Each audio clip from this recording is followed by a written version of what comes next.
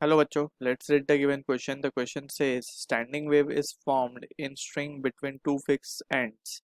If separation between two consecutive antinodes is 2 mm and length of string is 9 cm, then harmonic in which string is vibrating. Option A given as second harmonic, option B given as ninth harmonic, option C is 45th harmonic, option D is 90th harmonic.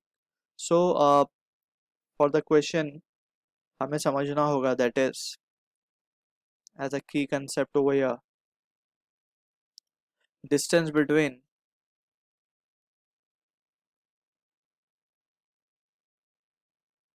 two nodes और anti nodes. Anti nodes वो point होते हैं जहाँ पे displacement maximum होता है particle का. Nodes are the point where the displacement is zero या मिनिमम कह सकते हैं हम. So distance between two consecutive node या फिर एंटी नोड ये दिया जाता है फॉर्मूले से lambda by 2. Alright. So using this phenomena we will try to answer the given question. अब हम बात करते हैं कि हमें जो गिवन है, सबसे पहले before starting let's consider a journal case जहाँ पे हम फर्स्ट हार्मोनिक की बात कर लेते हैं. So this is the case of first harmonic in a stretch string. Alright. So ये दो फिक्स सपोर्ट है हमारी और इस पे एक स्ट्रिंग फिक्स है. ऑलराइट. और ये दो पॉइंट जो इसके कॉर्नर्स पे हमें मिल रहे हैं, it is are they are the two nodes. So distance between two nodes अभी जैसे हमने बात की, इट इज लैम्डा बाय 2. अच्छा, अब we need to understand this is the case जिसको हम बोलते हैं fundamental frequency.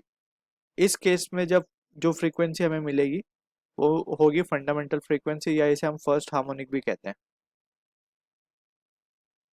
Alright. So this is the case of first harmonic. अब बात हो रही है, we can understand this way कि एक कंप्लीट लूप फॉर्म हुआ तो फर्स्ट हार्मोनिक हुई. ऑलराइट. या फिर हम इसे इस तरीके से भी समझ सकते हैं कि अगर यहाँ पे हमें क्वेश्चन में टू कंसेक्यूटिव एंटी नोड्स के बारे में बात हुई है. ऑलराइट. तो टू कंसेक्यूटिव एंटी नोड्स के बारे में मैं बोलूँ 2 mm है, या फिर मैं बोलूँ इसे कि दो नोड भी का जो डिस्टेंस होगा वो भी 2 mm होगा. ऑलराइट. बिकॉज दोनों के डिस्टेंस कंसेक्यूटिव नोड हो या कंसेक्यूटिव एंटी नोड हो, दोनों के डिस्टेंस क्या होते हैं, सेम होते हैं. Alright. So this is the case, first harmonic का केस है. सो क्वेश्चन अगर हम सिंप्लीफाई करके समझने की कोशिश करें, so we have been given के 9 सेंटीमीटर में एक लूप जो फॉर्म हो रहा है वो हो रहा है 2 mm का. So we can understand this way के 9 सेंटीमीटर में 9 सेंटीमीटर में एक्चुअली में कितने लूप फॉर्म हो रहे होंगे उसे हम x मान लेते हैं. ऑलराइट. लेकिन मुझे एक अगर मैं बात करूं तो 2 mm के लिए वन लूप है, यानी कि एक लूप फॉर्म हो रहा है 2 mm के लिए.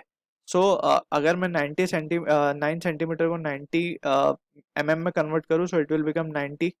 सो we can say from here जो लूप्स फॉर्म होंगे दैट इज x, वो कितना आ जाएगा, वो आ जाएगा हमारे पास x will be equals to 45. Alright. So यहाँ पे अगर हम केयरफुली एनालाइज करें, सो x की वैल्यू हमें क्या मिल रही है 45, यानी कि 45 लूप्स फॉर्म हो रहे होंगे. ऑलराइट. सो 45 लूप का क्या मतलब हुआ, एक लूप पे फर्स्ट हार्मोनिक, सो 45 लूप पे it will be 45th harmonic. Alright. So 45 harmonics are been formed in this vibrating string. So हमारा ऑप्शन जो है C is the right answer to the question. I hope you understood the solution. All the best.